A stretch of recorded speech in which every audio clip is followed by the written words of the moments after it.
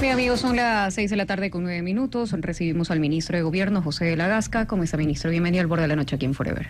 Hola, María Gabriela. Muy contento de estar aquí. Buena salud a usted y a su audiencia. Igual para ustedes, Jorge. Ahora, la Corte Constitucional validó la prohibición de fotografiar el voto. Fue un poco la iniciativa que ustedes promulgaron o denunciaron a partir de la primera vuelta. Pero con esto, ¿los votantes están realmente protegidos contra toda forma de coacción? A ver, lo primero que hay que anotar ahí es que esto es un problema social que ya se ha podido verificar inclusive por parte de la policía, las denuncias, es una realidad con la que tenemos que subsistir y algo tiene que normativizarse. Entonces, el CNE, a propósito del clamor ciudadano que nosotros como gobierno hemos recogido para tutelar la integridad física y la vida de las personas y la transparencia de las elecciones, pero no solo en la forma, sino en el fondo, se lanzó esta resolución donde prohibió el uso de los celulares al momento del sufragio para la fotografía, porque es una realidad que existen grupos delincuenciales organizados que están presionando a las personas, infundiendo un ambiente de terror, dice la policía, y miedo para hacerlos que voten en determinada manera, obviamente no a favor de... ¿En qué lugares, ministro? En Guayaquil principalmente. Ok.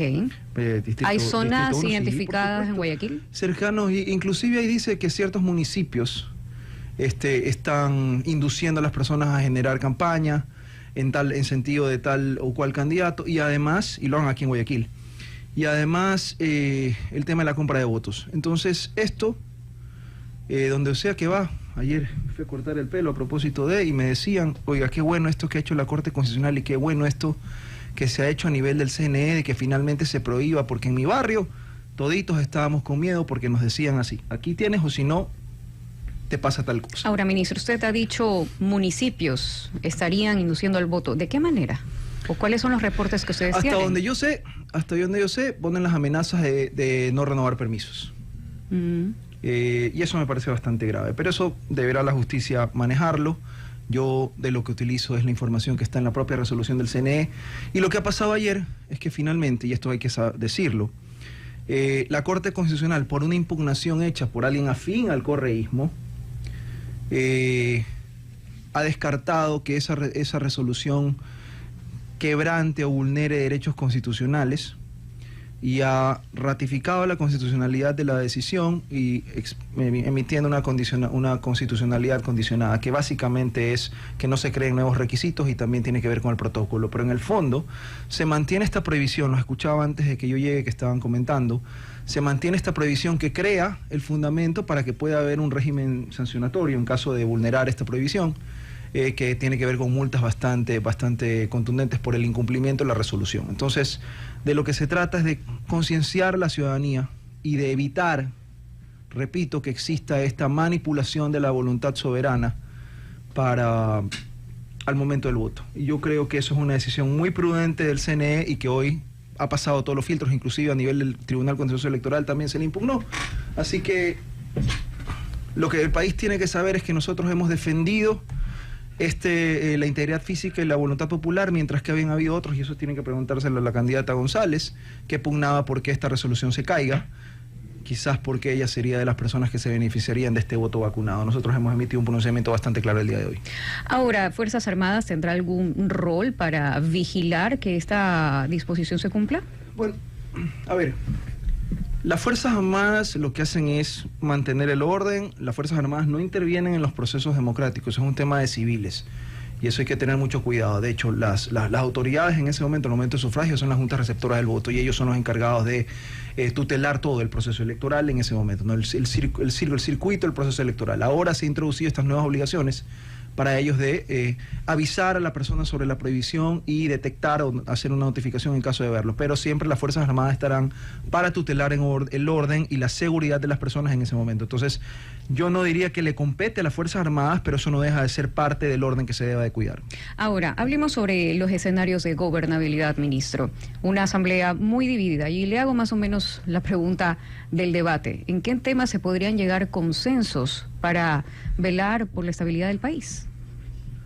Yo creo que primero tienen que ponerse de acuerdo ellos en lo que las contrapartes, la gran contraparte, digámoslo así, en lo que quieren y no quieren para el país. Nosotros sabemos claramente lo que sí queremos para el país. Creo que la ciudadanía sabe lo que queremos para el país y el Ecuador que queremos dejar detrás, el nuevo Ecuador que estamos construyendo.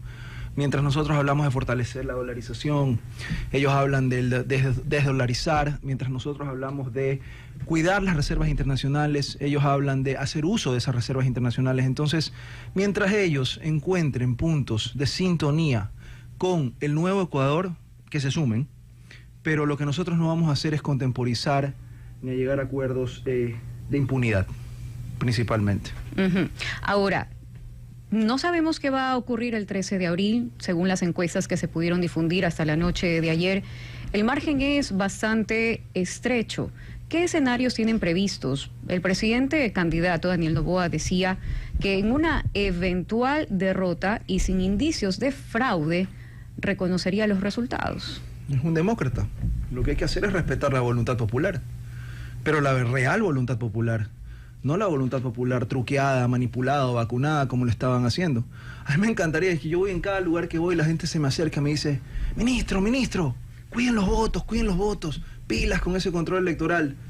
Y yo les digo, sí, estamos en eso, pero en verdad, para mí no debería existir el control electoral si no hubiera gente que se robe los votos. Y los que se roban los votos todos sabemos quiénes son. Entonces, aquí, si no se robaran los votos y se respetara la voluntad popular, todos deberíamos estar de acuerdo. Eso es lo que ha dicho el presidente y esa es su voluntad democrática, respetar la voluntad popular. Entonces, vamos a ver cómo les va ahora que está la prohibición de la toma de fotografías, ahora que ya no va a haber, o que por lo menos se prohíbe el voto vacunado, y vamos a ver con un control electoral qué tan grande puede ser la diferencia. Yo estoy muy optimista. Ahora, aparte de esa transparencia, o mejor dicho, la garantía de esa transparencia es por parte del Consejo Nacional Electoral. ¿Hay dudas? Bueno, ellos son el órgano rector de las elecciones, pero a mí me parece que esto es un tema de personas, y esto es un tema de personas al momento del conteo de los votos. La cantidad de mañas que nosotros hemos podido advertir que se tienen durante el proceso del escrutinio es lo que nos preocupa. Yo quiero confiar en el Consejo Nacional Electoral, he visto muestras de compromiso con el proceso electoral y con el respeto a la voluntad ciudadana, soberana. Pero, como dijo el presidente, nosotros no podemos confiar en nadie, sino en la democracia, así que vamos a estar siempre pendientes, vigilantes de que se respeten los derechos de la ciudadanía y que en efecto gane quien la ciudadanía en efecto vote.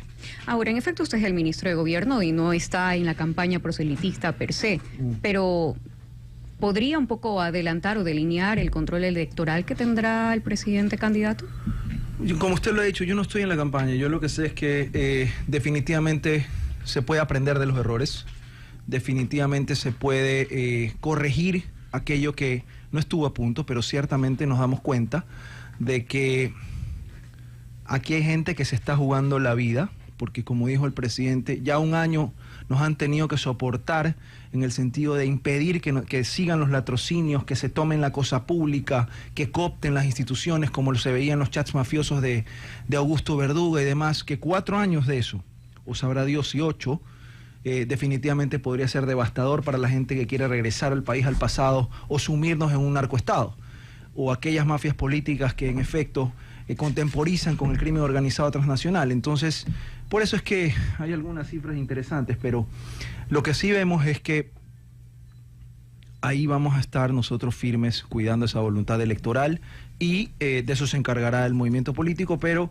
lo que sí vamos a hacer es que nosotros no vamos a especular ni vamos a dar por ganado nada, sino que se cuiden todos los votos.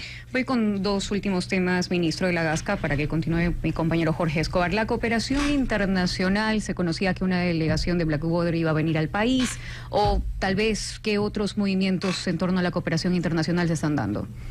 A ver, siempre debemos de reconocer que tenemos un problema que trasciende nuestras fronteras, que el crimen organizado transnacional no es algo que solamente compete al Ecuador, sino que es un problema en la comunidad internacional. Yo lo advertí en varios micrófonos. Fue importante en diciembre del 2023 cuando el presidente, en nombre de la comunidad internacional, del Consejo de Seguridad de las Naciones Unidas, llevó un mensaje donde se señalaba y se advertía este vínculo que existe entre crimen organizado transnacional, terrorismo y amenazas hacia la paz y la seguridad internacionales. 3 doritos después, como digo yo, vino el problema de la toma de TC Televisión, su ex canal, y la decisión firme y valiente del presidente de declararle la guerra y el conflicto armado interno y declarar a estos 22 grupos narcoterroristas como terroristas. Eso, tiempo después, ha servido como antesala para que los propios Estados Unidos hagan lo propio y declaren, por ejemplo, el Tren de Aragua, algunos carteles de México, el cartel de Sinaloa, Jalisco Nueva Generación, Tijuana y demás, como terroristas internacionales para poder hacer llegar la acción de la justicia y la acción de los esfuerzos del gobierno de los Estados Unidos en contra de esas amenazas para los Estados Unidos. Entonces, lo que nosotros vemos es que el presidente toca las puertas de las personas que sabemos que están dispuestas a ayudarnos. Los Estados Unidos es un gran aliado en materia de seguridad, nuestro socio comercial más importante, y además estamos en moneda dolarizada, nos interesa tener la mejor relación con ellos. Así que siempre la cooperación internacional será buscada en el marco del respeto de derecho internacional, desde luego, y puertas adentro, también con dirección, desde luego, de nuestra fuerza pública. Rapidísimo para precisar, ¿usted conoce si esos temas se hablaron en este encuentro casual con Trump y Noboa? El encuentro casual suena como algo así furtivo que de repente pasó por aquí y se toparon. Entonces, ¿cómo lo denominamos? Un formato, una reunión en un formato informal. Desde luego no se podría hablar de una visita oficial a puertas de una elección, de un balotaje, pero ciertamente el gobierno de Estados Unidos sabe con quién se sienta a la mesa, sabe a quién invita a su casa. El presidente ha estado ahí, ha conversado de los temas que ya sabemos que le importan al país, la migración, la seguridad y los acuerdos comerciales. Y hasta donde yo sé, es un diálogo fluido que va a traer grandes resultados. Hemos visto que esta semana también han estado 2 de nuestros ministros en los Estados Unidos hablando de estos temas. Me refiero a Giancarlo Lofredo, ministro de Defensa, y también a John Rainbow, ministro del Interior. Entonces, las cosas no pasan por coincidencia, ¿no? Rapidísimo, se lo ha visto bastante haciendo territorio en la Amazonía. ¿En qué se basan las conversaciones en esos territorios? No solo en la Amazonía, he estado en todo el país. Básicamente, uno no puede hablar del árbol, uno no puede cuidar el árbol, podar el árbol si no lo ve. Y básicamente lo que yo he hecho es ir a contactar, a estar en contacto con los distintos líderes sociales, con los alcaldes, viendo los problemas, escuchando a la ciudadanía. He acudido en momentos de emergencia en algunos casos, por ejemplo en Loja, en El Oro, en Piñas, y también en Esmeraldas. Tuve la oportunidad de estar allá el día posterior, en la madrugada posterior a la que se declaró el estado de emergencia por la situación del derrame del Sote, y constatar la inmediata y rápida acción por parte de Petroecuador y el OCP para contener y retirar la mancha de aceite que estaba contaminando el río. Cuando yo llegué vi que ya se había eliminado, era una amenaza, digamos, ambiental muy, muy grave, devastadora pudo haber sido, y me dio mucha alegría ver que eso había cesado. Mientras nosotros estábamos ahí, en cambio y ahí están los videos, los asambleístas habían planificado por disposición de Luisa González, a confesión de parte del relevo de pruebas que le había ordenado a la presidenta de la Asamblea, Viviana Veloz, ir a sesionar a Esmeraldas, pero lo que vimos fue una chupifarra. Ahí estaban viendo los videos, ustedes la habrán podido ver a Paola Cabezas, quizás hablando de los dolaritos, de los machicitos y toda esa moneda del dólar ecuatoriano que quieren hacer. José de la Gasca es el ministro de Gobierno, está a esta hora al borde de la noche aquí en Forever. Jorge. Gracias, María Gabriela. Señor ministro, un gusto tenerlo de nuevo aquí al borde de la noche. Y quería continuar en la misma línea a propósito de lo que usted decía y citaba, ¿no? Porque parecería que las declaraciones de Paola Cabezas y antes del señor Andrés Arauz pusieron en aprietos, ¿no?, a la lista 5. Pero, ¿qué opina usted de ese diálogo hace poco en un canal estatal internacional? Hablo del canal de Moscú, ¿no?, cuyo gobierno está a la cabeza de Vladimir Putin, donde se entrevistan entre ellos, ¿no?, el líder de este partido político y su ex hombre de confianza, y de pronto vaticinan la caída del dólar de aquí en los próximos 10 años por los excesos de Washington, dicen ellos, y también por lo que pasa en Beijing y aparte en la Unión Europea. ¿Será que eso sigue abonando a su propia arena movediza? ¿Cuál es su lectura? Yo no sé por qué cuando vi esa escena me acordé de esta película de los 80 que se llamaba Tonto y Retonto. Pero definitivamente esto a mí me hizo ver que cuando se está lejos y se está y se tiene esta idea borrosa de lo que era un país, y venir a ver lo que hay hoy en día y pensar que el dólar, y hablar mal del dólar y hablar de este orden mundial distinto, yo creo que ciertamente se han perdido todos los fueros. Entonces no es un accidente lo que dijo Paola Cabezas, no ha sido un accidente lo que en su momento escribió Andrés Arauz.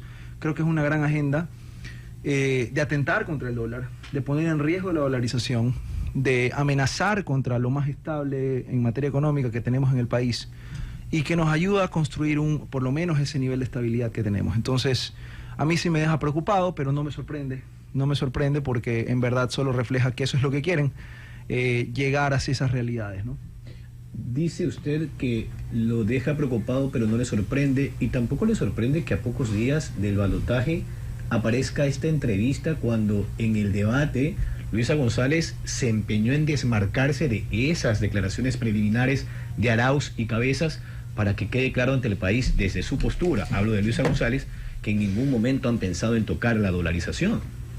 Cuando tu enemigo se equivoca, no lo interrumpas, dicen. Así que a mí me parece que ellos sabrán qué es lo que hacen en esa lógica.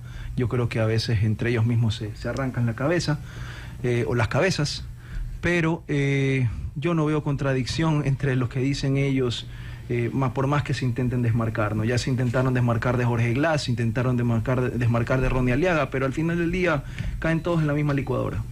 Son las 18 horas con 25 minutos ya. Estamos aquí al borde de la noche. En cabina nos acompaña el señor ministro de Gobierno, José de la Gasca. Hablemos de esta Asamblea Constituyente que vuelve a escena, ministro, porque muchos se acuerdan, ¿no?, de ese proyecto bandera, de lo que fue en su momento Alianza País, de la cual ya no queda ni la calavera. Acuérdese lo que pasó luego con Lenín Moreno y su implosión, esa división, esa escisión al interior de ese bloque. Pero ¿qué es lo que busca entonces Daniel Noboa? Si ya tuvimos una Asamblea Nacional Constituyente en el 2007, ¿es la panacea? ¿Es la panacea una Asamblea Nacional Constituyente, o lo que se busca es desmontar lo que ya se hizo en Montecristi? Lo segundo. Yo estoy convencido de que este país no puede desligarse y desatarse de lo que le impide crecer, de lo que le impide salir a flote, sobre todo en materia de seguridad, sobre todo en materia de desarrollo de derechos, de igualdades, sobre todo en materia de tutelas reales, de justicia, de estructuración del Estado, si es que no llevamos a una constituyente, pero una constituyente ordenada. Esa es una idea que yo particularmente he conversado con el presidente y creo que esto ha calado de tal manera que hemos podido ver, después de, por ejemplo, entender el alcance de los chats mafiosos. Usted se da cuenta que el diseño lo hicieron para, de algún modo, cooptar el poder aún no estando en el poder. Esa constitución fue hecha a la medida para el totalitarismo.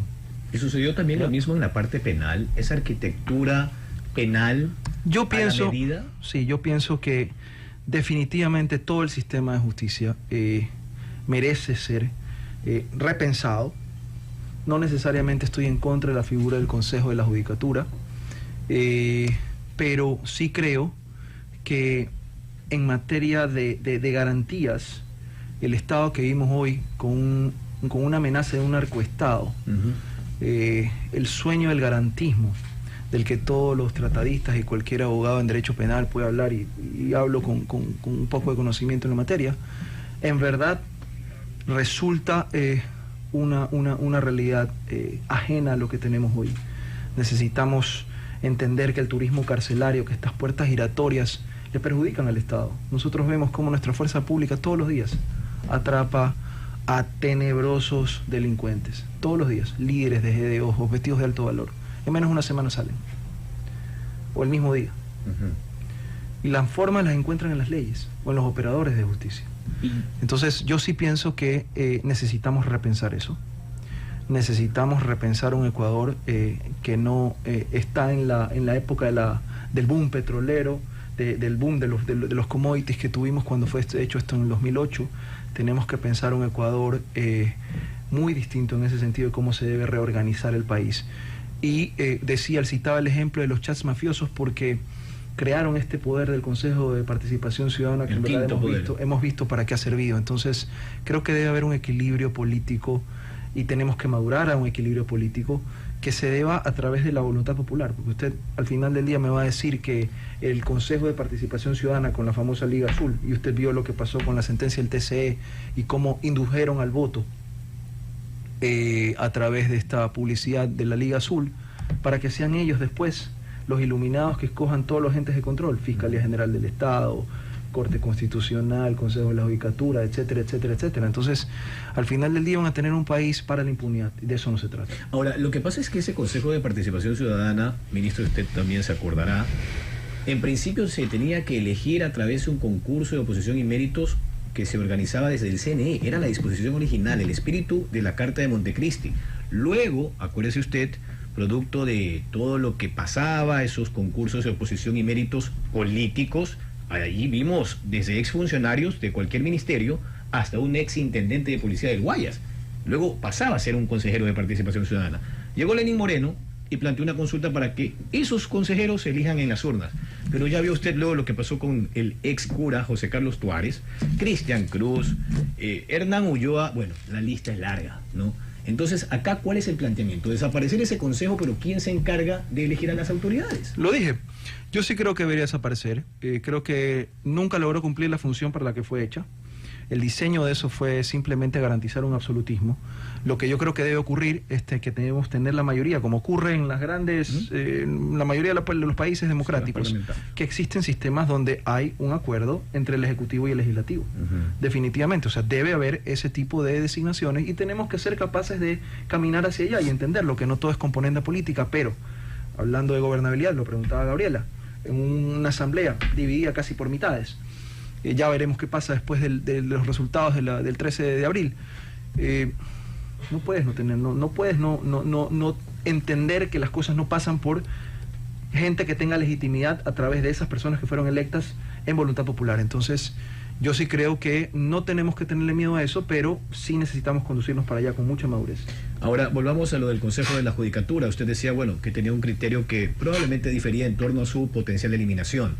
Pero vamos al detalle, ministro. Ese consejo, en principio, también tenía que ser designado, sus 5 integrantes, a través de un concurso de oposición y méritos, pero luego en la consulta popular del año 2011, el mismo gobierno de turno que había promovido la Carta de Montecristi convoca al pueblo para que se pronuncie sobre un tema técnico y la gente no tenía ni idea, pero estaba allí metido eso en medio de las 10 preguntas sobre seguridad, construcción de más UPC y demás.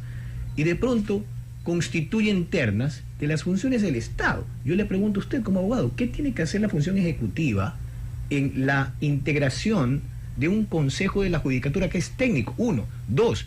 La legislativa, con un alto componente político. 3. La función judicial, siendo juez y parte, que además la preside, porque así construyeron eso, ¿ya? Quizás las últimas 2 vocalías o consejerías son debatibles porque al final tienen un espíritu técnico. Fiscalía General del Estado y Defensoría Pública. También es parte de la función judicial. Sí, digamos que podría ser algo técnico, no tan directo como una función del Estado. ¿Eso hay que mantenerlo o hay que cambiarlo? A mí no me disgusta ese modelo. Yo creo que eso no significa que las funciones le metan mano a la justicia, sino que sean corresponsables de la administración de justicia. Usted verá que la justicia también funciona mucho con lo que hace el Ejecutivo a través de la Policía Nacional, por ejemplo, pero también tiene después el órgano de procesamiento autónomo de la función judicial, que es la Fiscalía.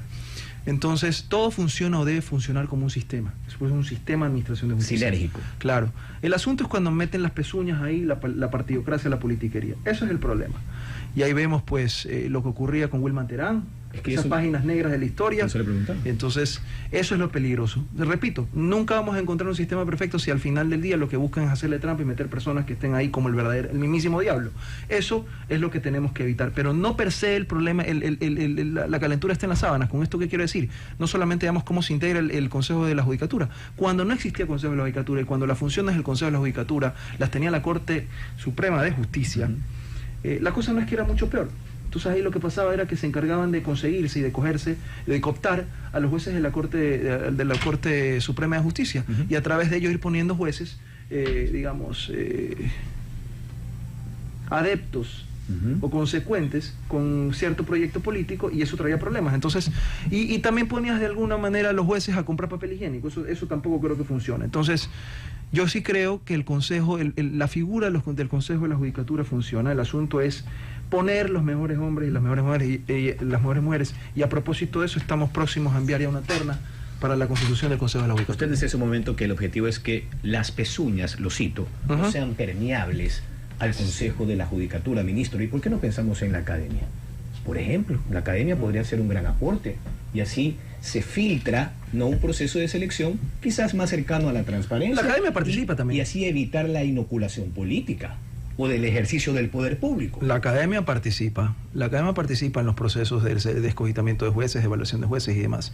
Ahora, ¿cómo se integra el órgano? Eso es más complejo. Pero todo eso son cosas que se pueden debatir, que se pueden discutir con amplitud, con madurez en una asamblea constituyente. Yo creo que esas son las cosas que nos deben importar a los ciudadanos en esta fórmula para construir institucionalidad, que en definitiva es lo que creo yo que debemos rescatar y por donde debemos empezar. Entonces, institucionalidad sin seguridad y sin justicia no llega a ningún lado. Me quedan 2 minutos, ministro, y gracias por estar acá un poco exponiendo la postura y el criterio desde el gobierno. No podemos hablar de números, ya hasta ayer se podían publicar las encuestas y tal, pero sigue así de apretado el asunto como trascendió en la primera vuelta. Parece que se hablaba de un triunfo en primera, ¿no? Y finalmente pues quedaron allí a tan solo 17,000 votos. ¿Eso se mantiene? ¿En la práctica es así? ¿Esto está muy apretado para el próximo domingo? Como yo lo veo en las calles, no. Para mí, y con las conversaciones que yo tengo, por ejemplo, con líderes populares, con líderes de nacionalidades y de pueblos, definitivamente no. La gente sabe lo que quiere, sabe lo que no quiere, saben el país que quieren dejar atrás, saben lo que no quiere que vuelva. A mí me dicen, ¿es el futuro o no hay mañana?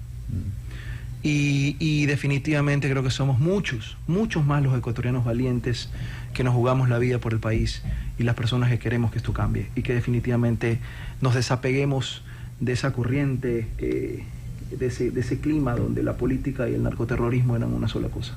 Bien, agradecemos la comparecencia del señor ministro de Gobierno, José de la Gasca. Ha hablado, bueno, de todo, ¿no? No solamente de la nueva composición de la Asamblea, sino también lo que se haría en una eventual Asamblea Nacional Constituyente e incluso las declaraciones desde la lista 5 sobre el futuro de la dolarización. Bien, son las 18:35. Gracias, ministro. Gracias a ustedes, muchísimas gracias. Una pausa. Buenas noches.